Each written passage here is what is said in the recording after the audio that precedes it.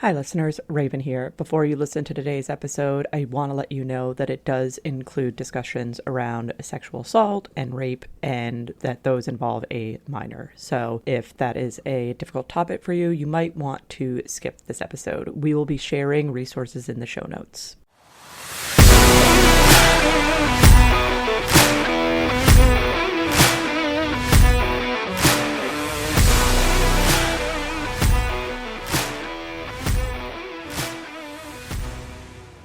Welcome to Who Are You, a CSI podcast. I am Raven, and I have seen CSI thrown through around 3 to 4 times. And I'm Nick, and these are my first time experiencing these episodes. And today we are reviewing Season 4, Episode 3, Homebodies. Original air date October 9, 2003. Director Kenneth Fink. Writers are Anthony E. Zeiker, Noreen Shankar, and Sarah Goldfinger. And we begin today's episode with shots of the Vegas Strip before we head on over to the burbs. But before we continue in our burb land, Nick, what is our Vegas score for today's episode? Vegas score is pretty low again. We're at 19. Technically, there's only one shot of the Vegas Strip.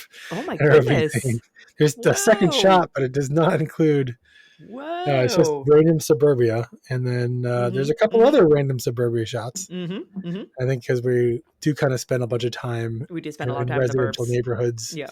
But yeah, there's only 3 scenes in the entire episode. So, and there's nothing super Vegas-y about any of these storylines. This is very true. There really isn't. Okay. So we're in the burbs where, as Nick said, we're going to spend quite a bit of time. We see 2 guys break into a house, and one of the guys is convinced that the woman who owns this house, who lives here, has like tons of money. Convinced she has tons of money. So they're going through the house. The other guy doesn't seem to really believe him. He's like, what are you talking about? It doesn't look like this woman has a lot of money. And they kind of see the place is a bit of a mess. They also then see a door that is being barred with a chair. So they're like, that's a little bit odd. So they go to leave. They're like, all right, there's nothing here. We're going to peace out. They go to leave. Evidently, these are the most wanted criminals in all of the burbs of Vegas because there's like 12 cop cars waiting for them. They jump over the woman's fence/wall. And as they land, there's like 12 cop cars ready for them. I had kind of forgotten about these scenes. And at first I was like, wait, these aren't the criminals of the story. They're not the criminals of the story. And then I was like, oh yeah, right. There were these 2 guys in the house. And I was like, wait, they never explained why these people were surrounded by armed militia. And especially because, as someone who, except for like a few years of my life, have lived in the burbs. I've had a few years in a city, but very, very little experience city living. Primarily, my living has been in the burbs. The burbs don't even have that many police cars. Like the entire district of the burbs doesn't even. To be fair, they do. And all of those police officers will show up when they arrest one person, but it takes a few minutes, right? It's that nothing else is going on in the middle of nowhere. And so all 4 cop cars will eventually show up. But yeah, they're not all sitting there waiting in the wings. No explanation of this. No explanation. We never understand why they are the burbs most wanted. Part of this episode. It's very strange. So we go back inside. Now Grissom and Warwick are there. They're dusting the chair, then they're dusting the doorknob. There's an impatient officer that is just like ready to get this thing moving. They do finally open the door to reveal a mummy curled up essentially on the floor of this closet. More of an auntie, but... We go to credits. We then have David arriving with a stretcher, but before he can get in, Warwick needs to clear a path. Warwick is looking at the mail and realizing that there's like 4 weeks of built up mail. So they're starting to put a timeline together about when the victim might have passed away. And we do, right after this, see like a time lapse of the body mummifying. Yeah. So the victim being like a normal person and then like desiccating into a mummy. They also realize as they're looking at the victim that it is evident that she tried to claw her way out of the closet. There's blood and like scratch marks on the door. And then like there's bits of wood like embedded in her nail bed, like where her nails used to be, because now her nails aren't there anymore. So you have like gruesome that like an experience that is. Like, I don't like to think about it. Just get tired and they're like you just know the end is coming for days on end and you can't get out. I don't. It's pretty miserable. It's pretty miserable. We then have Jim Brass outside talking with one of the robbers. He is adamant that he didn't, they didn't kill the woman. Jim Brass knows this. He's just like, hey, I know that, but like, I need to know if you touched anything else in the house, as they're obviously trying to like pull fingerprints and pull samples and all that sort of stuff. We're back inside the house. Warwick realizes that there's like one bite missing from a piece of chocolate cake and finds this very strange. Grissom puts himself in the closet, and we see the recreation of the woman like trying to claw her way out and then accepting defeat and just kind of lying down and waiting for death to come. This brings us to Grissom with Doc Robbins, where we learn that the victim died of dehydration. They are going to need her prints, though, so Doc Robbins just cuts her fingertips off. Yeah. Chippity choppity, snappity. I don't know that if I was there next to kin, I would appreciate that methodology. You could probably have brought something into the morgue to take an impression of the finger, or... I'm going to say no, but only... I think if she was not mummified, yes. But... And they don't really like go into this, but they essentially had to like rehydrate her fingertips to be able to do the prints. So they had to like cut her fingertips off and put it in a liquid solution and have them rehydrate before they could print them. Yeah. I mean, I guess they're not really like, this is not the kind of open casket body. No, that would be rough. So, maybe it doesn't matter that much, but maybe it doesn't. But I get where you're coming from. We then have Catherine with a police officer. They're in a backyard. We learn that a boy found a gun in the backyard and fired it and hurt himself mildly. The boy's okay. I don't really get into the details of how he hurt himself. No. He just has a Band-Aid on his toe, he said. Yeah. So presumably, like, he didn't shoot himself in the foot. No. He shot the ground somewhere. Yeah, and something like kicked back at him. Yeah. They don't go into it. They don't go into it. We have Catherine talking to Nathan, the little boy, though, as well as his mom. And the mom is adamant, like, we don't keep guns in the house. We actually like moved from the city out into the burbs because it was supposed to be safer. Like, we have no idea how he got a hold of this. We then are with Grissom and Jim Brass. They're outside the morgue. They're waiting for the victim's nephew, her only next of kin. And he shows up. And I will say that I thought I knew this guy, but I think this guy looks like somebody else. Because when I went into his IMDb, I was like, I don't know this guy. Oh, so this is my Spot the Guest Star. Oh, all right. Okay, we have a different Spot the Guest Star then. This is Vince Valuth, who plays Connor Foster in this episode. Okay, where do you know him from? Because I swear I knew him. Specifically, I know him. Okay. The character name is Blaine Cody in the movie Rat Race. Okay, He's I've never seen Boone's brother in that. And so they're like a comic duo. And I forget what there's something like he doesn't really talk, or he's got like dental work done or something. He doesn't really talk in the whole movie, but he sort of has that same stupor look on his face the whole movie, and like the same haircut. But I have probably seen Rat Race 20 times. So okay, so really, that's fair. Okay, that was like a cult classic movie for me. Okay, I quote it all the time too. I feel like he looks like somebody else because I thought I knew him, and then I looked at his IMDb and I was like, I thought he was somebody else. And then when I clicked on his IMDb photo, I saw the picture from Rat Race, and I went, "Oh no!" I mean, I do know who this guy is, but I was like, and then I had this moment where I was like, "Did I think it was somebody else?" But it might be that was there, but I definitely know who he is. And this was like immediately, I was like, "Oh wait, I know who this person is," and I was like, I don't know this actor's name at all, and I was struggling to place it, so I went to IMDb right away to look them up. And by the time he was in another scene, I was like, "Oh yeah, no, that's definitely the guy from Rat Race." And he's on screen enough. Yeah, so that's funny. Okay, so we have one shared. Guess if you can guess. If you can guess who, listeners, we have one shared Spot the Guest Star. We have one shared. Definitely have. There's no way it's not this person. Which you, if you're listening at home, is probably like, oh yeah, yeah. I definitely know that person. You know what's up. So the nephew, who I thought was somebody else and did not recognize, and Nick also maybe thought was somebody else, but then did come to recognize as Spot the Guest Star, is brought in, and he's just like freaking out. He's like, that can't be my aunt. Like, she wears sunblock, and then he's like convinced that she's moving, and so they realize like he is high, like he is not entirely within his. A little out of it. He's a little out of it. So this brings Grissom and Jim Brass still with Connor. They're not in the morgue. They are now in interrogation. And we realize that he wasn't like super close with his aunt. His aunt, I think, like seemed to just feel bad for him. And when she saw him, like felt bad because he wasn't doing a lot with his life. So they only really had dinner on holidays. Otherwise, they didn't Yeah. really like see or talk to each other all that much.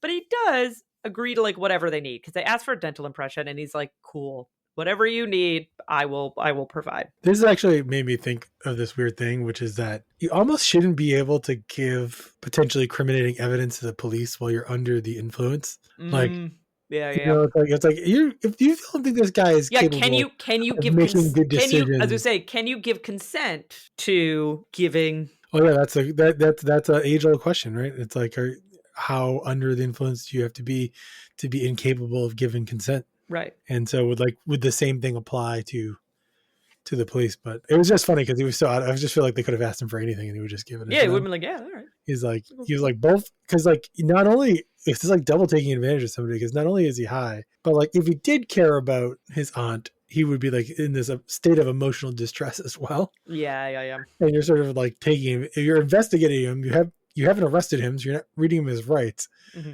but you're investigating him, so you're kind of taking advantage of them. And I said, I'm sure this has come up and been settled, and it's probably fine because people can't ask for those things, and it's the way that police often operate. I think is to try to collect evidence whenever possible. It was sort of like a weird thing. I was like, this guy is in no place to be Yeah, to be talking to the giving. police. Yeah. You know what I mean? Like, we always say, like, don't talk to the police. I was like, this guy is not in the mental state to make that decision for himself. Probably not. But he agrees, and so they go and they presumably, well, we do learn later on he does give a dental impression. We then are back with storyline B. Catherine is approaching Rich, and we learn that the gun that was collected shot 32s, which I guess is like not super common, but Rich is able to find appropriate bullets, test Richard, fire the our de gun. facto new gun guy.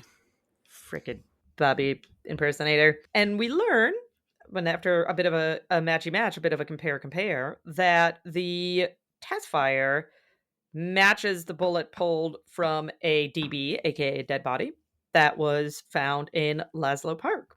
So we soon learn that the DB is Frank Maddox, and this is my spot, the guest star. So this is this guy. MC Gainey. And as soon as I saw it, well, okay, I will admit, I had one of those, do I only know him from this because I've seen the show enough moments? But then I went on his IMDb and I was like, oh, no, my friend.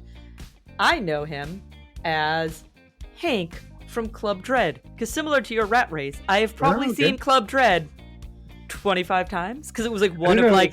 I don't know if it was going to be Con Air. He was in Con Air, but I feel like I've seen Con Air once, maybe when I was young. But Club Dread was like in a time in my life where I didn't have a lot of money, and so I couldn't really afford to go out that much. And I only had like 10 DVDs. And so this happened to be one of the 10 DVDs that I owned. So I watched it many a time. I mean, that's basically Rat Race. Rat Race, Emperor's New Groove. Those are like my go-to comedy movies. Yeah, and in my poor college kid days. Yeah, so that's where Office I know him Space from. Was another one, probably. No, just mentioning that for no good reason. For no reason whatsoever. Totally unrelated to anything else that's going to be happening in this episode. So we learn that Frank Maddox is, or was, I guess more accurately, a bounty hunter.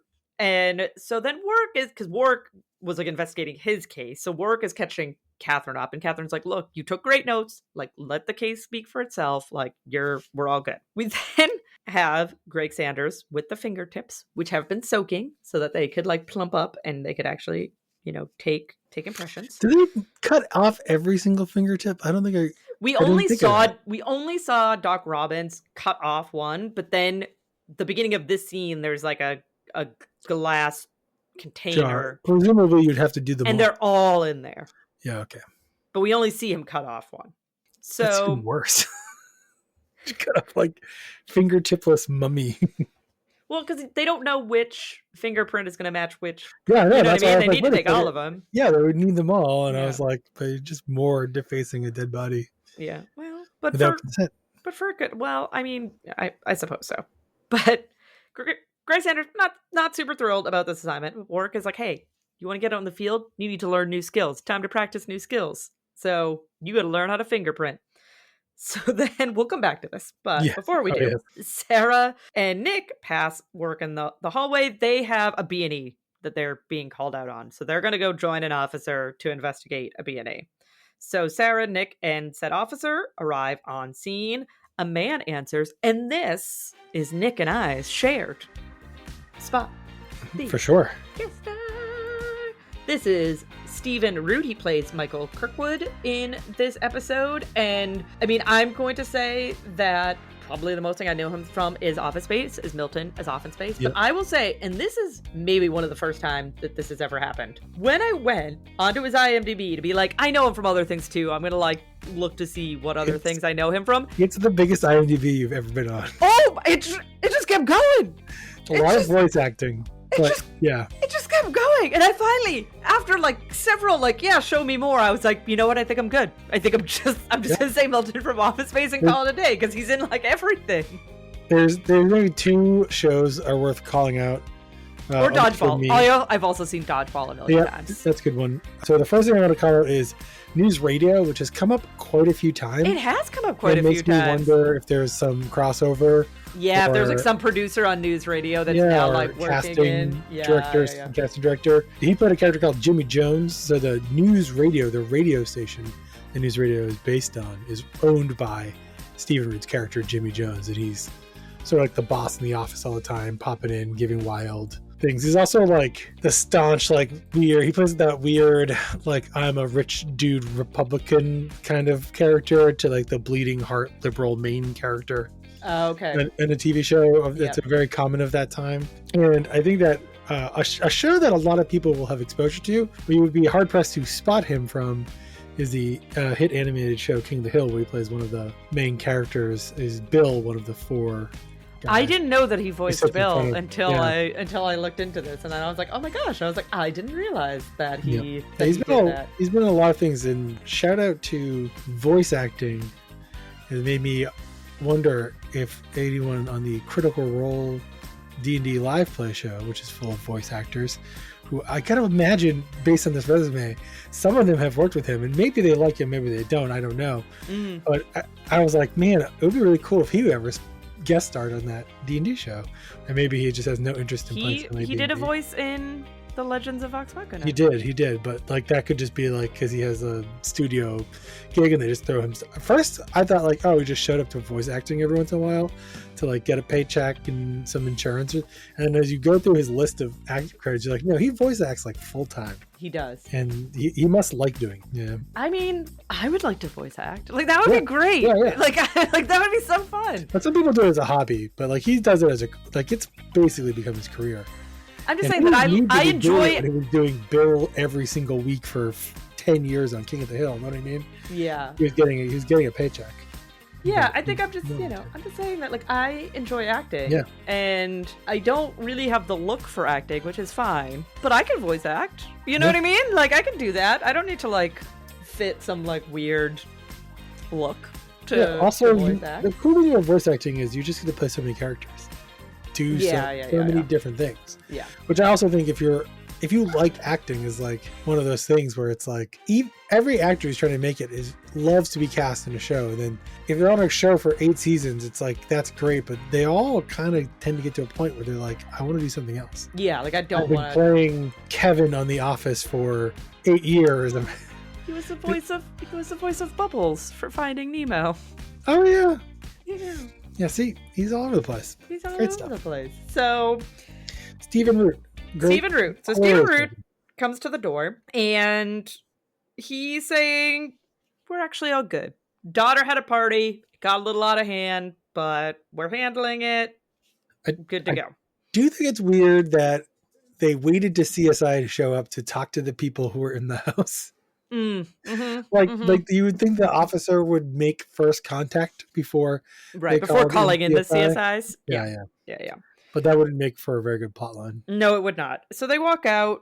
Sarah gets into her car, and then the daughter in the back seat and tells Sarah, "Hey, I need to go to the hospital." So we don't see I feel like this is a missed scene opportunity for this episode, is the drive to the hospital. Because what sort of conversation happens in the drive to the hospital? Because Sarah, the next scene, they're at the hospital. So Sarah brings her to the hospital. And the girl, even though she asked to go to the hospital and wants, a kit run, is still kind of downplaying the situation. Like, is also kind of like, oh, it just got out of hand. It's not a big deal. And Sarah's like, hey, date rape is still rape. And she's like, no, you don't understand. She says like, yeah, it is or something. But also like, she's like, I only want like an AIDS test and a morning after pill. Yes. Which she doesn't realize, I think, at this point that they're going to make her take a rape kit. Yeah, do a but rape I also kit. I don't know what the rules are, but in my book, Sarah just kidnapped this person. Yes, we find out. Not of age. We find out later that she's not have had her parents' permission. Yes, we find out later that she is 16. Yeah. So we don't know it in this scene, but we later find out that she is 16. So. And maybe, I'm sure there's rule laws, like, it's like, oh, this child's asking for help. The police have to help. And it all kind of falls under that. But like, you literally were just talking to her father. You know where he is. Yeah. You are going to take his child out of here without you're in his driveway, right? Yeah. Like, you're on his property. Yeah. So yeah, I feel like there's definitely a very weird. I don't know what the rules are. I don't know either. Part of the problem. So it might be that this is totally legit. Maybe it is, and we're just not in the know. But it's also one of those things where they don't bring it back up, like, or make a big deal about it. The parents never, despite their later animosity, they don't press the issue. It's also very weird because I think at some point you're supposed to start considering that the parents could be suspects. That might be the reason why you don't ask for their permission, right? Because you're going to test her. Interesting. I never. Well, who knows, right? At this point, it's very early on. Yeah, I guess at this point it's very early on. The dad is downplaying that anything happened, and then the daughter shows up in your back of your car and says she needs to go to the hospital. Yeah, and so it's like, okay, maybe doing that, but like I thought they were going to play up this. We think dad did. They're so quick in other episodes to jump to like condemning people to being the villain. This is true. That like I thought for sure, but they really never sink any teeth in that. No, they don't. And I think that because of there's a scene. It's really kind of far from now. Later, when Grissom first visits the house, where they start to paint a broader picture of what's going on. Yeah. But at the same time, it's like you never even show that as a scene, so it was really like off-putting as a first-time viewer, being like, wait, are they not following that lead? Was that not a lead? Yeah. And so I wonder if there was a whole arc that they cut out of the show. Maybe there was a conversation in the car they had to cut out, or maybe what I mean? Maybe Sarah said, "Oh, did your dad do?" And then that made the girl and like have animosity towards Sarah. Yeah, and that would then explain her disposition in the hospital. Yeah, whether does she have to be here? Those kind of things. Yeah. Good, all good points. Quick break from today's episode. We usually put this at the end, but we're going to try putting it around the middle-ish today. So if you haven't already, we would really appreciate if you could support the podcast. You can do so in several ways. One is to support us on Patreon by going to patreon.com and searching for Who Are You? A CSI podcast. You can also like and share our social media pages. We are on Facebook, Twitter, Instagram, and Bluesky. And tell a friend. Word of mouth is one of the best ways to get new listeners to our podcast. So if you've been enjoying, tell someone that you think might like us as well. All right, thanks, and let's get back to the show. We leave the hospital. Well, yes, as viewers, we leave the hospital. Grissom is with the cake. He's kind of investigating the cake. It also got weirder looking somehow. Oh, I guess I didn't notice. First of all, it looks like a block of fudge the whole episode. It does, and I love it's not fudge. A cake. And I'm trying so hard to eat less sugar because listeners, I became sober 90 days ago, which is great. But then your body really wants sugar still, and so I have been trying in the last few weeks to be like, okay, you can't just replace. Like you can have some sugar, but you gotta be like reasonable about the amount of sugar. So it looked delicious to me. I was like, that cake looks so good. Oh, really? I don't like chocolate, so. Yeah, you don't like chocolate. I do. I love chocolate and I love fudge. So 40-day-old cake. I mean, yeah. I mean, I would be able to resist that, but I'm just saying it looked tasty. Pre-chewed, actually. Yeah.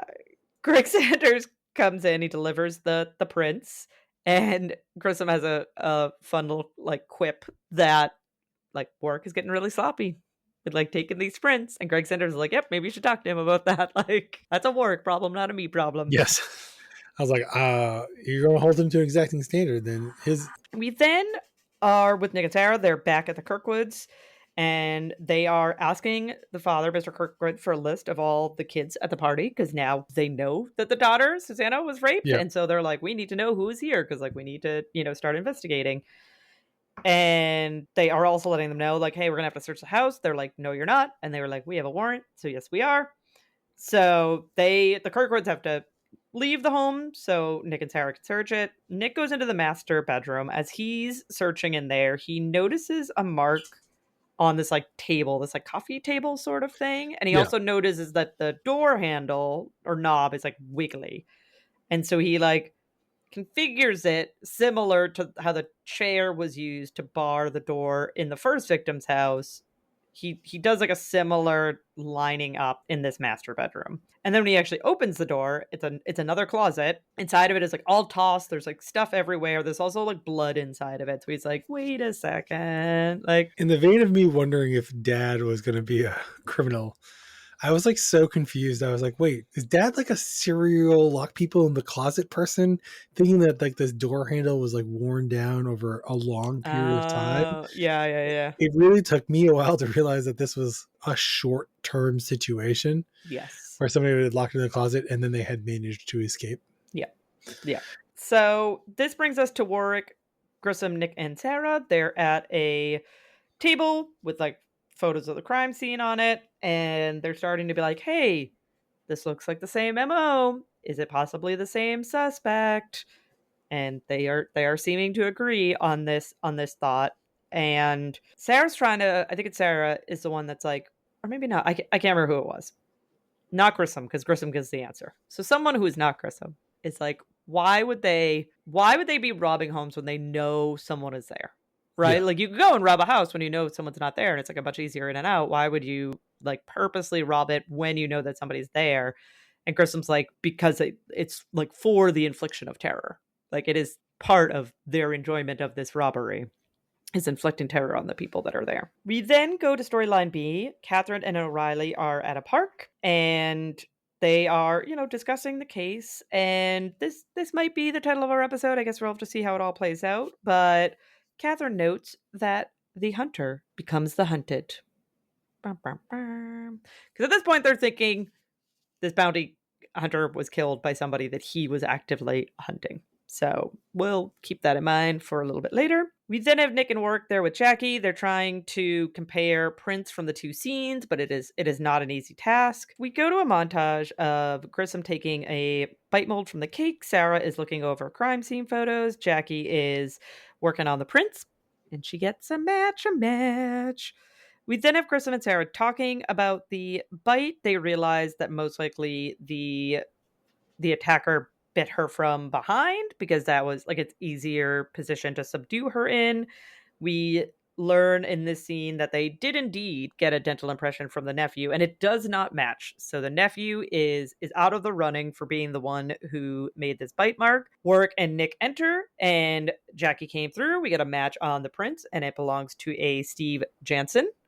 So we then have Jim Brass and Sarah with Steve in interrogation. And he saying, nope, not it, not me. He's a little too cool of a cucumber in this He scene. is a little bit too. He's cocky. In this whole like my records have been expunged thing, and I was like, is his dad gonna be like a senator or something? And nothing really ever comes to that either. Yeah, and they're like, well, we have your prints at the scene, so take that, buddy. And he's like, oh, I did odd jobs for them. I was like their handyman. You can ask them. And again, very confident, very arrogant in this scene.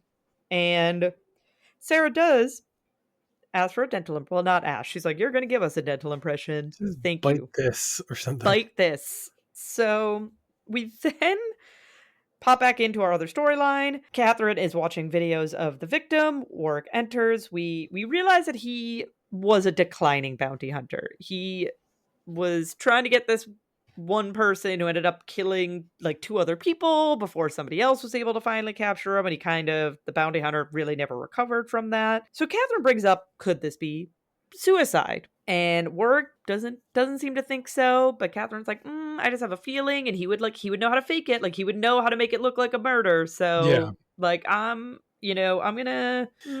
I actually kind of missed the conversation about suicide the first time. Like I got the whole thing. They were questioning like the sleeve, and I think I missed her saying suicide the first time. Yeah. And like when they got there, I was like, oh, where did they get to that from? Like later on, or Oh, okay, I yeah. was like, and then I watched the second time. I went, oh, what? You're like, How oh, did I Catherine miss says it. this scene? Okay. I was like, it's really obvious, but yeah. Yeah. Also in the scene, another important thing is that Warwick is like, hey, what is this red material in the grip of the gun? And Catherine's like, oh, it's this material. It's like used to like wrap presents and ribbons, and then she stops. And she has like again, if this was a cartoon, the little like light bulb above the head would be like bing bing bing. And she does the So Grissom thing, which is not tell the person not that she's tell working with nope, what's just going peace on. out. Just peace out and do your own thing. So she pieces out. She goes to weigh beads, and then we realize in a little while that she is weighing the beads to match the weight of the gun recovered, because she has a theory. Yep. She's got a theory. Before she's able to test this theory, though, Jim Brass and Grissom, we have a walk and talk. Sarah and Greg Sanders approach, and we learn that the DNA from the rape kit does not match arrogant guy from the interrogation room. So now they're like, he didn't do this alone. He had a partner, and he's probably not going to roll over on his partner. Like, if he was that arrogant already, he's probably not going to say anything. We then have Grissom back at the Kirkwoods, and he's trying to appeal to the father, to Mr. Kirkwood. Is like, hey, we like really need your help, not only solving your daughter's crime and like what happened here, but like also to another victim. It's And like speak for a victim who can't speak for themselves. yeah, and Mr. Kirkwood's like, I don't care about another victim, like not my problem, only care about like me and my family. And Grissom is still go ahead. This is where Grissom clocks that he's like got red fingernails and marks on his arms.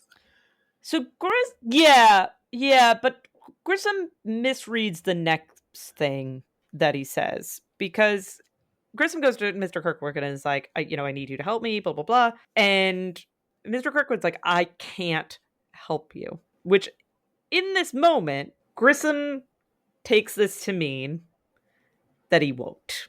He's unwilling to. He's unwilling to. But the very key kind of pivotal moment a little bit later on in this episode. So we'll come back around to this pretty soon. We then have Sarah, Warwick, and Nick. They're going through the trash from the Kirkwoods. And Nick just like haphazardly throws a bag aside. And Warwick is like, whoa, hold on a minute. Picks up the bag. It is from Lavish Cafe. Thank God Warwick was there. Thank goodness. Blew the case wide open. Wide open. Because it happened to be the same restaurant that the cake came from. And they're like, wait a second. Maybe this is like what ties our victims together. Inside the bag was a receipt signed by Mrs. Kirkwood. And she was the only one dining. It was a table for one. So now they're starting to think, was this person targeting women who dined alone, thinking that they were going to go home and nobody else would be there? Like they would be the only people there. I don't know what's going on in the Kirkwoods marriage, but it's a little weird that, because later they make reference to she does this all the time. She does it once a week. She's a regular. She just goes there and eats by herself. You know what? As an introverted extrovert, I need my me time. Yeah. I mean, that's fair.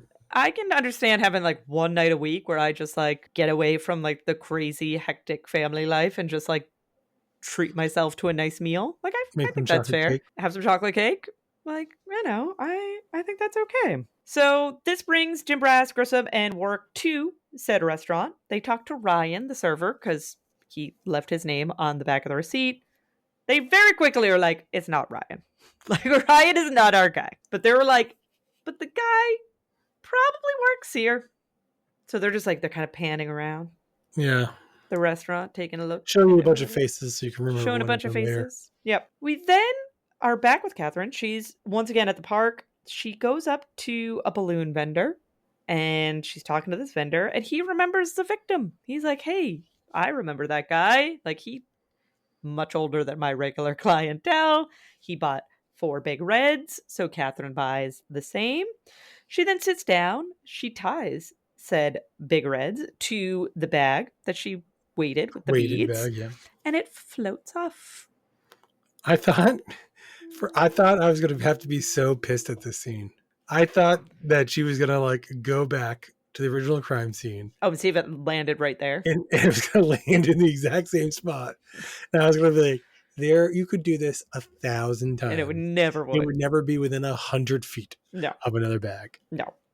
So thankfully they don't take it to that extreme. But before we wrap that episode up, we're back with Nick, Warwick, Grissom, and Sarah. They are going over the restaurant employees. They're trying to see if any of them have connections to Steve, the initial perpetrator that they brought in. Apparently everybody has connections. Apparently everyone, but who they really focus on is Kelly James, who went to the same school as him and also graduated or came out of the same juvie center at the same time. So they're like, they seem like these guys are probably pretty close. So we then have Susanna at HQ. She's walking through HQ with an officer. We learn that she is there for a lineup. So before the lineup, though, Sarah goes and sits down with Susanna as they're like preparing the lineup.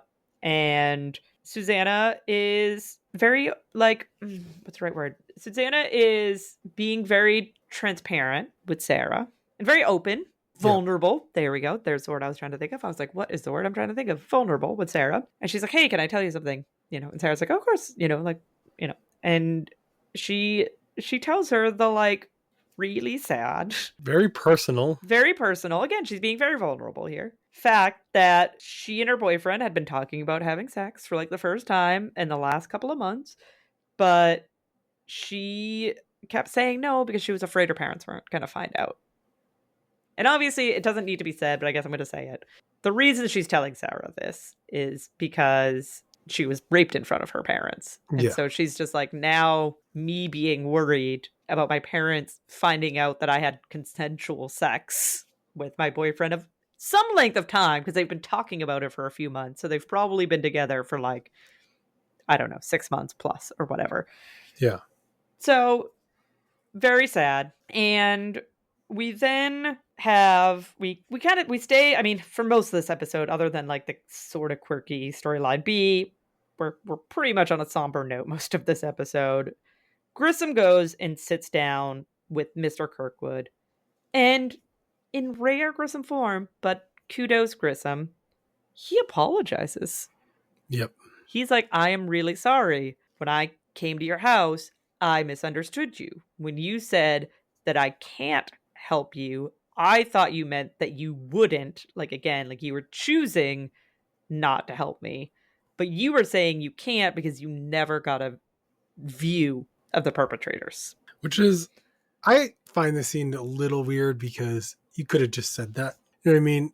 It was really a combination of both things. It was the fear and the unwillingness to communicate with Grissom out of fear that these people could come back was still part of the equation. Yeah. But it's also great that Grissom was apologizing and having those realizations.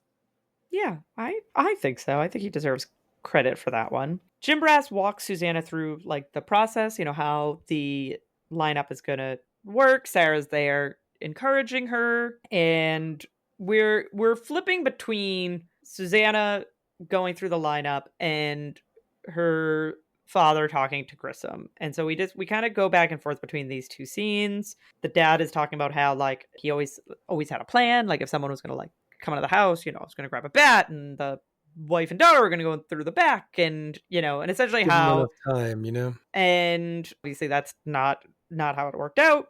And as the lineup's going on, Susanna reacts very physically. Thank you. Yeah. So Susanna reacts very physically to seeing Kelly. So when Kelly steps up and does the straightforward, look to the left, look to the right, she very obviously physically responds to this. I feel like I've told this story on this podcast already, where when I worked at a store, somebody robbed the store, threatened to have a weapon, and we just kind of let the person go. Yeah. And then I had to choose them out of a photo lineup.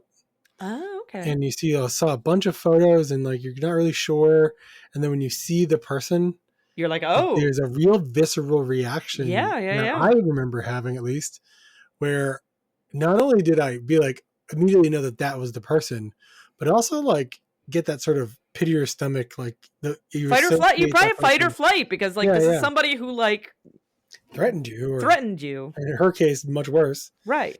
And so I was like at that moment, I was kind of like, yeah, that's for sure what it would be like. And I think it's really easy as just like a perpetual viewer of like crime drama shows to think like, how come these people don't just say that's the dude? Like, it's Right. not that logical, right? It's not that simplistic.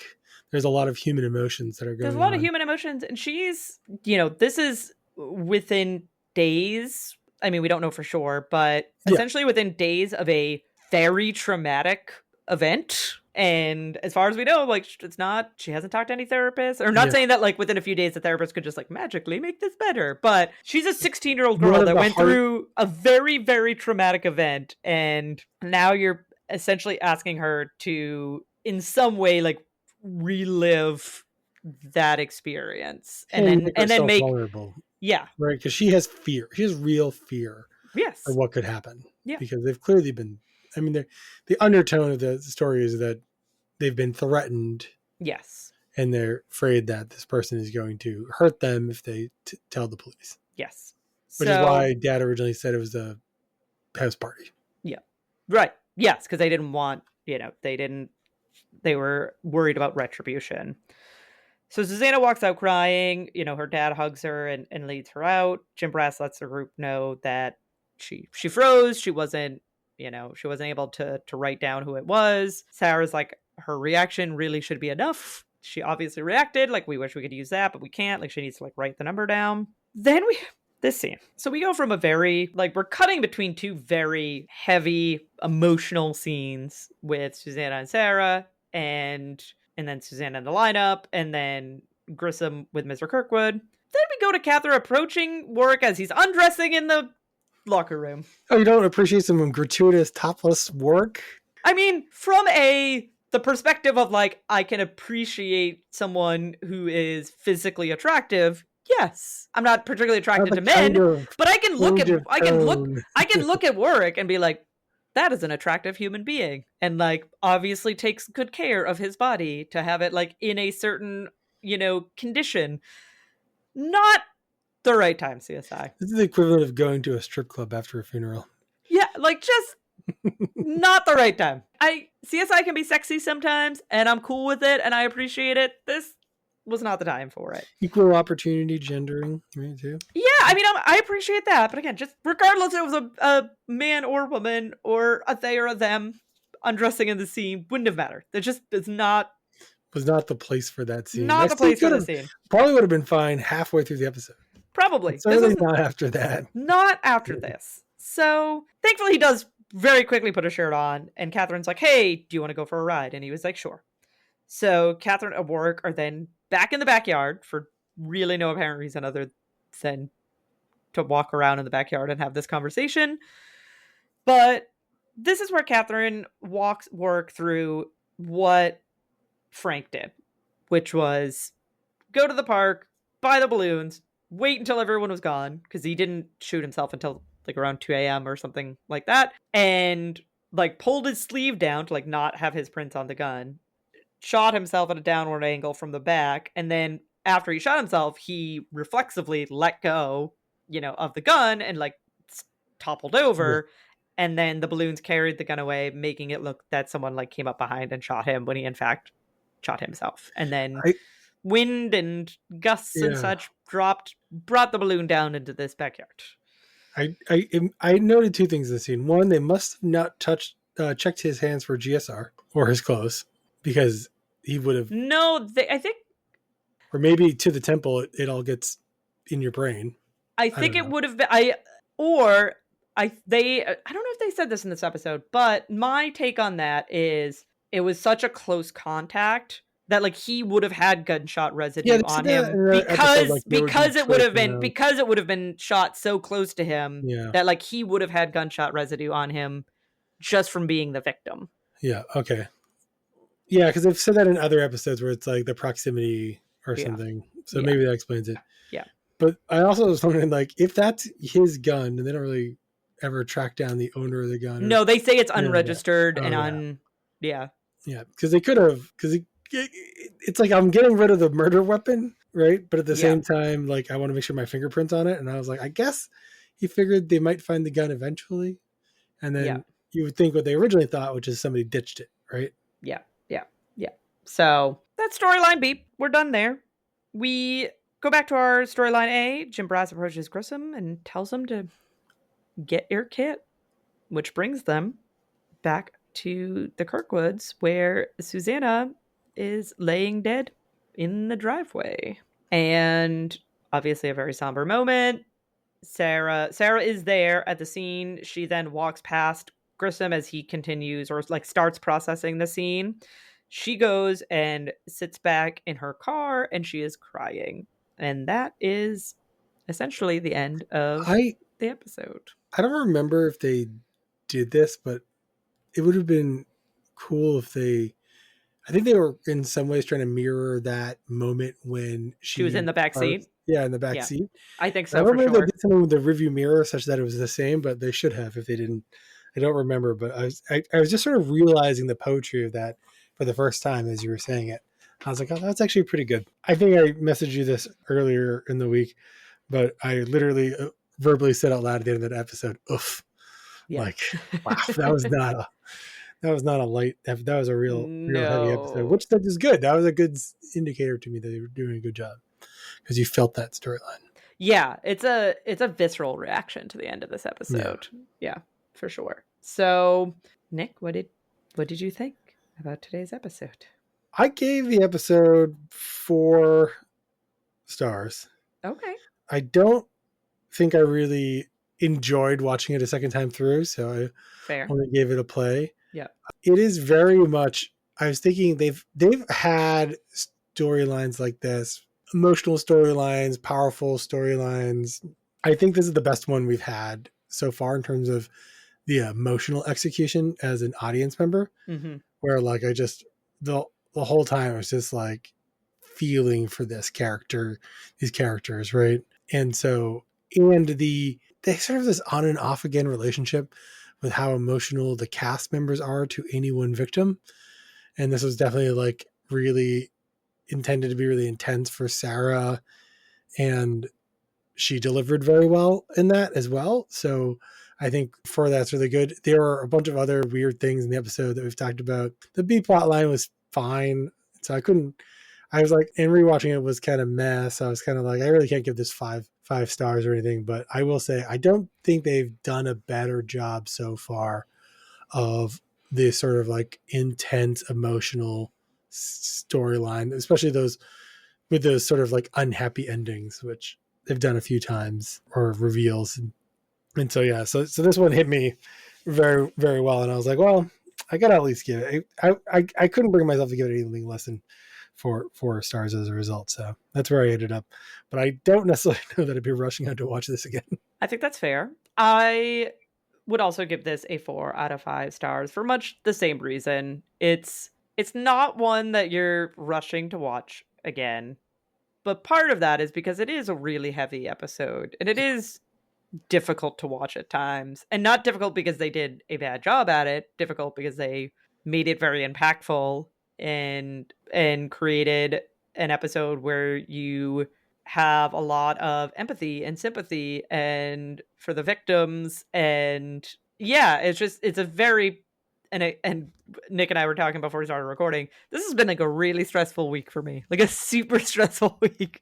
And so I'm watching this episode and I'm like getting teary, which I would maybe do Yeah. anyway, but I was especially doing because I'm like emotionally a bit at my limit this week, and I was just like, "Whew, this is a rough go." But I don't think that they did it to be gratuitous, and I do appreciate that they were like emotional to be impactful, but not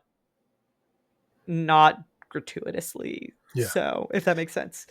Yeah, it's like I would watch Schindler's List and probably give it 5 stars and then probably not want to watch it again. Right. You can watch something and be like, wow, that was great, and I never want to see it again. It's no Rat Race. It's no Club Dread, and it is no Yeah, Rat Race. I'm But gonna watch that movie this weekend. I guarantee it.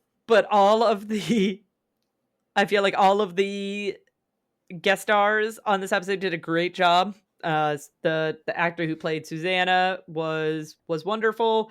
It seems like she did a few more acting things, but not too much. This is Jeanette Brox. I would have liked to see if she had done more, but we never know what is going on with people's like Yeah, acting careers. But she did great in this episode. or I personal feel careers. Mr. Kirkwood, awesome job. So Yeah, that guy's gonna. I think he's gonna go somewhere.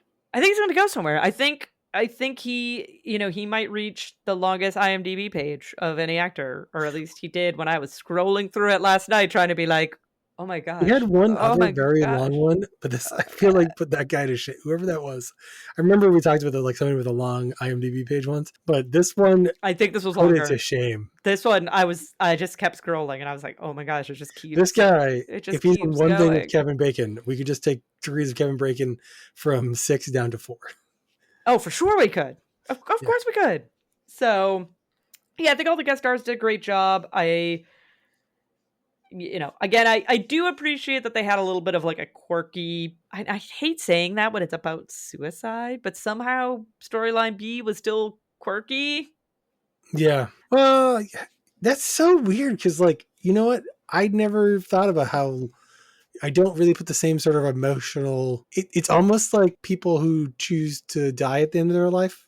You know what I mean? Yeah. Like it's almost as though like you feel less like this is less about like depressive suicide or and it's not like he was that old. No, it's more like So at some level, it's still not okay, but it almost feels like he was like he going wanted on his own I would terms the say way he that wanted to go. somebody Yeah, who's he wanted. The idea was like terminally he ill wanted to go does. out on his own terms, and Yeah, he was the sort of person that his job meant everything to him, and he realized that he wasn't really at the level where he yeah. used to be when it came to bounty hunting, and so he just kind of was like, "Meh, I'm just gonna go out and like a blaze of glory in a sense, Yeah. and like call it a day." And all But they robbed him of the one thing that he wanted. I know But that is their job, that is their and job. it's important because if he was murdered, it'd be important to find that It'd be person. important to find that person. But But I'm at the glad same that they time, didn't they do like also never humanized him, so you never really felt much for him. that is true. That is true. So, but in a sense, I'm glad that with there being a storyline B in this episode, that it was not another, it wasn't two Yeah, really they heavy really could have gone that storylines. way if they wanted it to, If huh? they wanted to, they could. And I do appreciate that they gave us like moments where it wasn't quite as heavy and quite as intense. So I do I think it appreciate that. never occurred to me. But so yeah, I think same to you. I'd give it a 4. I would give it a watch. Again, it's not that it's worse or a bad rewatch, but it's emotionally taxing. It's an emotionally taxing episode to watch, and especially like right after each other. Maybe give it a little bit of time. Maybe give it a little time before you rewatch Yeah. this one. Give yourself a little time to recover before you dive back in.